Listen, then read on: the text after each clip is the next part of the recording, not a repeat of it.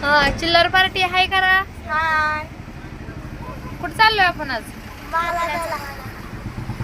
कपड्याचा माल आणायला.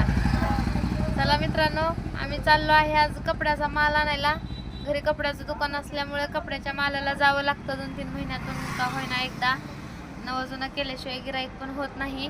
त्यामुळे आम्ही चाललो आहे आज माल आणायला. आम्ही माल आणायला कुठं जातो आहे हे तुम्हाला सांगणार काय नाही, पण तुम्ही लोकेशन बघून सांगू शकता की आम्ही माल आणायला कुठं गेलो आहे. त्यामुळं तुम्ही कमेंट करून सांगा आम्ही मालाला कुठं गेलो आहे. ते गेलेल्याचा व्हिडिओ नंतर न टाकतेच आहे मी, फक्त सांगा. ओके, हे मालक पण आहेत सोबत. हाय करा, हाय.